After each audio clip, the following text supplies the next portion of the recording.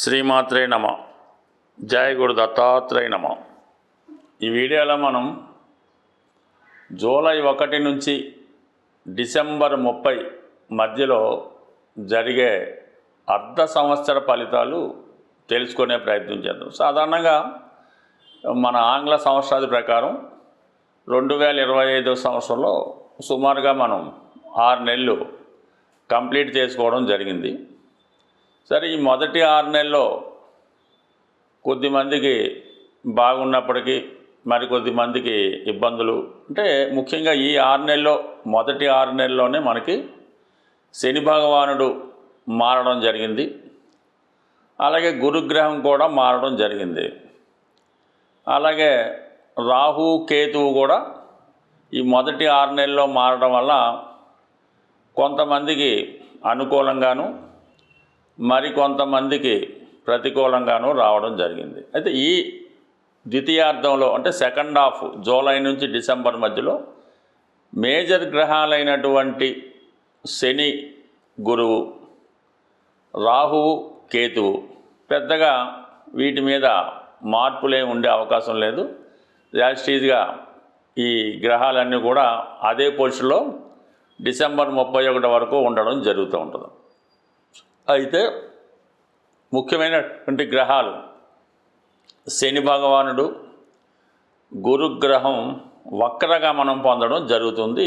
మరి ఈ రెండవ 6 నెలల్లో నవంబరు 12వ తారీఖు నుంచి గురుగ్రహం వక్రగమనం పొందడం జరుగుతుంది. ఎప్పటిదాకా? మార్చి 11 వరకు కూడా ఈ గురుగ్రహం అంటే మనకి ఈ అర్ధ సంవత్సరంలో ఈ నవంబర్ 12 నుంచి సుమారు ఒక 50 రోజులు గురువు వక్రించే ఉంటాడు. దాని తర్వాత కూడా కొన్నాళ్ళు వక్రగమనం, అది నెక్స్ట్ వీడియోలో తెలుసుకుందాం. అలాగే అక్టోబరు 13వ తారీఖు నుంచి శనిగ్రహం వక్రగమనం పొందడం జరుగుతుంది.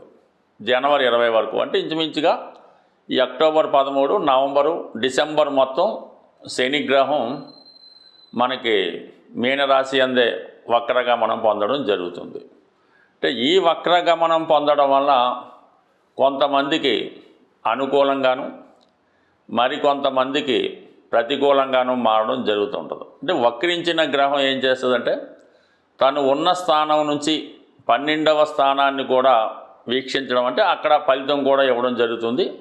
ఆ విధంగానే దృష్టి కూడా మరి ఈ 3 భావాల మీద అంటే శనికి ఉన్నటువంటి 3, 10 భావాలతో పాటు 7వ భావం యొక్క దృష్టి కూడా మారడం జరుగుతూ ఉంటుంది. అంటే డబల్ యాక్టింగ్ చేయడం జరుగుతూ ఉంటుంది. అలాగే గురుగ్రహం కూడా మనకి నవంబర్ 12 నుంచి వక్రగమనం పొందడం వల్ల ఇంచుమించుగా మళ్ళా బ్యాక్ వచ్చి ఫలితం ఇచ్చినట్టు కనబడుతుంటుంది. అయితే ఈ వక్రించిన గ్రహాలు ప్రధానంగా ఏం చేస్తాయంటే మనం ఒక మొదటి 6 నెలలు చేసిన ప్రయత్నాల్లో ఏమైనా విఫలమై ఉంటే ఈ గురువు వక్రించినప్పుడు మళ్ళీ ఇంకొకసారి ప్రయత్నం చేయమని ఆ గురుగ్రహం మనకి చెప్తూ ఉంటుంది. మనం ఏదో వివాహం కొరకో, ఉద్యోగం కొరకో, ఏదైనా ధనం కొరకో, సంతానం కొరకో ప్రయత్నం చేసి ఉంటాం. ఈ సమయంలో అంటే మంచుమించు జనవరి నుంచి అనుకొని మనకి నవంబర్ 11 వరకు ఏ ప్రయత్నం చేసినా విఫలమైంది. కాబట్టి గురువు వక్రించిన తర్వాత ఏంటంటే మళ్ళీ ఇంకొకసారి మనం ప్రయత్నం చేస్తే ఆ ప్రయత్నం నెరవేరే అవకాశం ఉంది. అంటే సాధారణంగా ఎవరి జన్మజాతకంలో గురువు వక్రగమనంలో ఉంటాడో వాళ్ళకి పనులన్నీ కూడా గురువు వక్రించి ఉన్నప్పుడు మాత్రమే జరుగుతుంటాయి. అంటే గోచార రీత్యా గురువు వక్రించి మీ జన్మజాతకంలో గురువు వక్రించి ఉంటే కంపల్సరిగా ఈ గురువు వక్రించినప్పుడు మీరు ఏ పంతాలు పెట్టినా అవ్వడం జరుగుతూ ఉంటుంది. కాని వారు కూడా ఇంకొకసారి ప్రయత్నం చేస్తే ఫలితం దక్కుతుంది. అప్పటికి కూడా అవ్వకపోతే దాన్ని కంప్లీట్గా వదిలివేయచ్చు. శని భగవానుడు కూడా మనకి అక్టోబర్ 13 నుంచి వక్రగమనం పొందడం జరుగుతుంది. శని ఉద్యోగకారకుడు కాబట్టి మరి గతంలో ఉద్యోగ ప్రయత్నం చేసి ఫెయిల్ అయినా లేదా మనకి ఉద్యోగం పోగొట్టుకున్నా తిరిగి సంపాదించడానికి ఈ శని భగవానుడు మీకు అనుకూలిస్తాడు. అలాగే మీ జన్మజాతకంలో శని భగవానుడు వక్రించుంటే గోచార రీత్యా శని వక్రించినప్పుడు మీకు సాధారణంగా శుభ ఫలితాలు రావడం జరుగుతుంటుంది. అందుకనే చాలామంది గురుబలం పెరగాలన్నా శని బలం కావాలన్నా వారి జన్మజాతక ప్రకారం వక్రించిన టైం కొరకు ఎదురు చూస్తుంటారు. కామన్గా ఆ వక్రించినటువంటి సమయంలో చాలా వరకు వారి పనులు కూడా సక్సెస్ అవ్వడం జరుగుతుంటుంది.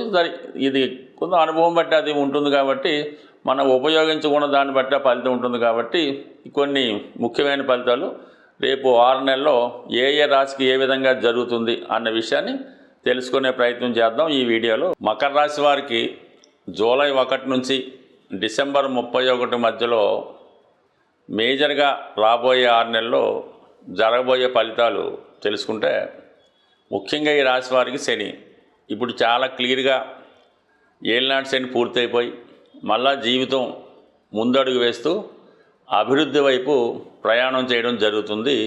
మీ యొక్క ప్రస్తుత స్థితి ఈ నవంబర్ 13 వరకు కూడా మీరు ఏ ప్రయత్నం చేపట్టినా అంటే వృత్తికి సంబంధించినది ప్రతిదీ కూడా నెరవేరుతూ ఉంటుంది. అటు కొత్త వృత్తిలో ప్రవేశించాలన్నా, అలాగే సినిమా రంగంలో కానీ రాజకీయ రంగంలో కానీ ఎందులో ప్రవేశించాలన్నా ఈ సమయం మీకు గేట్లు ఓపెన్ చేసి పెట్టడం జరుగుతుంది. మీ ప్రయత్నం కూడా అలాగే ముందుకెళ్తుంది. గతంలో కోల్పోయినటువంటి వైభవాన్ని, జీవితాన్ని, ధనాన్ని తిరిగి నెమ్మదిగా సంపాదించుకొని పూర్వ వైభవం రావడం జరుగుతుంది. అయితే మళ్ళీ ఇక్కడ చిన్న ట్విస్ట్ వచ్చింది. ఇప్పుడు అక్టోబర్ 13వ తారీఖున శనిగ్రహం వక్రించడం జరుగుతుంది. వక్రించినప్పుడు ఏమవుద్దంటే వెనక ఉన్న రాశి ఫలితం కూడా ఇవ్వడం జరుగుతూ ఉంటుంది. అప్పుడు ఏమవుద్దంటే తిరిగి మళ్ళా టెంపరీ ఏలినాటి శనిలో చివరి భాగం మళ్ళా కొన్ని రోజుల పాటు వస్తుంది. అంటే ఏదన్నా మనకి పెండింగ్ ఏమైనా మిగిలిపోయిందా, ఇంకేమైనా శేషం ఉందా అన్నదానికి ఇంకొకసారి ఒక జర్కిస్తుంది అన్నమాట. అంటే మనం ఏదన్నా గతంలో ఈ బాధ్యత మనకు అయిపోయింది, ఈ బాధ్యత పూర్తిగా తీర్చేసాం అనుకుంటే మళ్ళా ఏదంటే కొన్ని ఇన్స్టాల్మెంట్ ఉండిపోయాయి, మా వాడు తప్పు చెప్పాడని మళ్ళీ మొదటికి రావడం జరుగుతుంటుంది. ఏదో ఒక పెళ్ళో ఏదో శుభకార్యం చేసాం, వాళ్ళ అమ్మాయిని అత్తవారింటికి పంపేశాం, మళ్ళీ ఏదో ఒక కొర్రీ వచ్చి ఏదో అది ఇవ్వాలి ఇది ఇవ్వాలని మళ్ళా బాధ్యత పెట్టడం కూడా జరుగుతూ ఉంటుంది. సో ఈ విధంగా అయిపోయింది అనుకున్నటువంటి బాధ్యత తిరిగి మొదలవుతుంది. కొన్ని అనుకోని వ్యక్తులు మళ్ళీ మీ కుటుంబంలో ప్రవేశించడం జరుగుతుంది. అంటే ఎవరికో ఇబ్బంది రావడం వల్ల కొన్నాళ్ళ పాటు మీ కుటుంబంలో ఆశ్రయం పొంది మీతో పాటుగా ఉండడానికి, అంటే మీరు అలాగే ఆహ్వానిస్తారు, వారు కొద్ది రోజుల పాటు మీకు కొంత బర్డెన్ అయ్యే అవకాశం ఉన్నది. సో ఇదన్నీ తప్పవు. జీవితం అన్నాక మకర రాశి వారికి ఏదో ఒక పూర్వజన్మ బంధం వస్తూ ఉంటుంది. సంబంధం లేని వ్యక్తులు చాలామంది మీ జీవితంలో ప్రవేశించి కొన్నాళ్ళు మీ నుంచి ఏదో ఒక స్వీకరించి మళ్ళా వాళ్ళు వెళ్ళిపోవడం జరుగుతూ ఉంటుంది. ఇది ఒక రుణం. అంటే సహజ దశమస్థానం అన్నది సహజ కర్మస్థానం. అందులో మకర రాశి, రాశ్యాధిపతి శని, ఇవన్నీ కూడా కుటుంబ భారం పెరుగుతుంది, వృత్తిలో ఎక్కువ సమస్యలు ఎదుర్కొంటారు. అయితే కొంత టెక్నాలజీ పెరుగుతుంది మీకు. ఎందుకంటే రాహుతో కలిసి శని ప్రయాణించడం వల్ల ఎప్పుడు అక్టోబర్ 13 నుంచి చాలా నైపుణ్యంగా మీ వృత్తి నిర్వహిస్తూ ఉంటారు. కానీ కుటుంబ విషయాల్లో మాత్రం ఫెయిల్ అవుతూ ఉంటారు. రకరకాలుగా మీ కుటుంబం మీద ఒత్తిడి, కుటుంబ సభ్యుల ప్రవర్తన, కుటుంబం స్ప్లిట్ అవ్వడం ఇలాంటివి జరిగే అవకాశం ఉంది. జాగ్రత్తగా ఎదుర్కోవలసింది అన్ని సమస్యలు. ఎందుకంటే మకర రాశి వారికి భగవంతుడు కష్టాలు ఇస్తూ ఆ కష్టాలను ఎదుర్కొనే శక్తి కూడా ఇవ్వడం జరుగుతూ ఉంటుంది. అందుకని వీళ్ళు ఎన్ని సమస్యలు వచ్చినా ధైర్యంగా పోరాడి నిలబడుతూ ఉంటారు. ఇక గురుగ్రహం కూడా మీకు ఫేవర్గా మారబోతుంది. ప్రస్తుతం 6వ స్థానంలో ఉన్నటువంటి గురువు నవంబర్ 12న వక్రించి 5వ స్థాన ఫలితాలు ఇవ్వడం జరుగుతుంది. అప్పుడు ఏమవుద్ది, ఆటోమేటిక్గా గురువు మీకు రాశి మీద వీక్షిస్తాడు, పూర్వపుణ్యం ఉపయోగపడుతుంది, పిల్లలు అభివృద్ధిలోకి వస్తారు, వారి సహకారం లభిస్తుంది. అలాగే గురువు లగ్నాన్ని చూడటం వల్ల సంస్కరించబడతారు, చాలా వరకు క్రమశిక్షణతో ఉంటారు, చిన్న చిన్న బలహీనతల నుంచి బయటపడతారు. ఇది బాగుంది. పుణ్యక్షేత్రాలు దర్శించడం ఇవన్నీ కూడా మీకు గురువు అనుకూలించడం జరుగుతుంది నవంబర్ 13 నుంచి.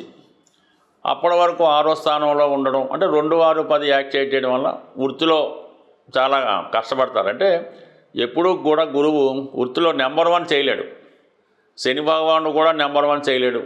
ఈ 2 గ్రహాలు కూడా ఎప్పుడు సర్వీస్ ఓరియంటెడ్గానే ఉంటుంటాయి.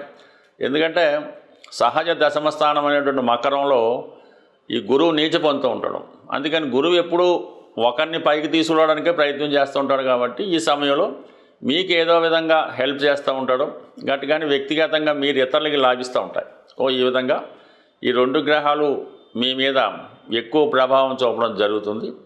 ఇంకా మనకి అష్టమంలో కేతువు, ఇది ఆధ్యాత్మిక రంగంలో ఉన్న వాళ్ళకి బాగుంటుంది. ఏదో పాండిత్యం బాగా లోతుగా ఏదైనా ఒక గ్రంథాన్ని బాగా డెప్త్గా పరిశీలించి దాంట్లో ఉన్నటువంటి సారాన్ని తెలుసుకుంటారు. తెలుసుకున్నాక ఇందులో ఏమీ లేదనే నిర్ణయానికి రావడం జరుగుతుంది. ముఖ్యంగా ఈ గ్రహాల స్థితిని గమనించినప్పుడు ప్రతి రాశి వారికి కూడా ఈ రాబోయే 6 నెలల్లో అంటే ప్రధాన గ్రహాలైనటువంటి శని భగవానుడు మీనరాశిలో ఉండడం, మరి రాహు కుంభరాశిలో ఉండడం, కేతువు సింహరాశిలో ఉండడం, అంటే పాపగ్రహాలు ఏ రాశుల్లో ఉంటాయో ఆ రాశులకి సంబంధించినటువంటి పరిహారం చేసుకుంటే మనకి ఆ గ్రహాలు యోగిస్తాయి. శుభగ్రహాలు మనం పెద్దగా ఏం పరిహారం చేయక్కర్లేదు, అవి ఆటోమేటిక్గా యాక్టివేట్ అవ్వడం జరుగుతూ ఉంటుంది.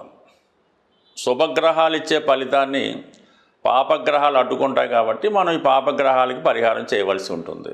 అదే ముఖ్యంగా ఎక్కువగా ఈ శని గురువు ఈ 2 గ్రహాలు ప్రధానంగా ఈ రాబోయే 6 నెలల్లో ప్రతి ఒక్కళ్ళ జాతకం మీద ప్రభావం చూపుతుంది. ఎందుకంటే వక్రించిన గ్రహం తన బలాన్ని విశేషంగా పెంచుకుంటుంటుందన్నమాట.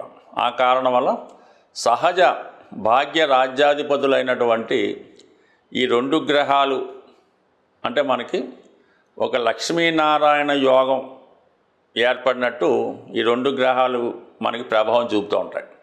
ఈ సమయంలో మీరు ఏం చేయాలంటే కళ్యాణం చేయించవలసి ఉంటుంది. అంటే ఎవరికి చేయించాలి? వెంకటేశ్వర స్వామి కళ్యాణం చేయించడం వల్ల కంప్లీట్గా మీకు శుభం జరిగే అవకాశం ఉంది.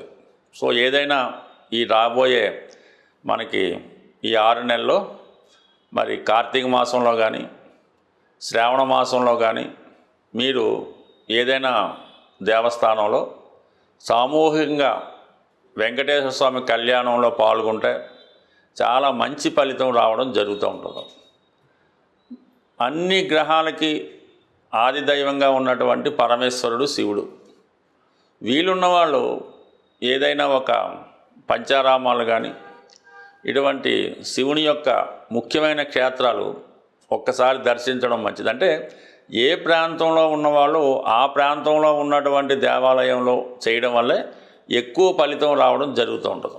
సుమారుగా మనకి ఈస్ట్ గోదావరిలో ఈ ద్రాక్షారం చుట్టుపక్కల ప్రతి నక్షత్రానికి సంబంధించినటువంటి ఒక దేవాలయం ఉన్నది.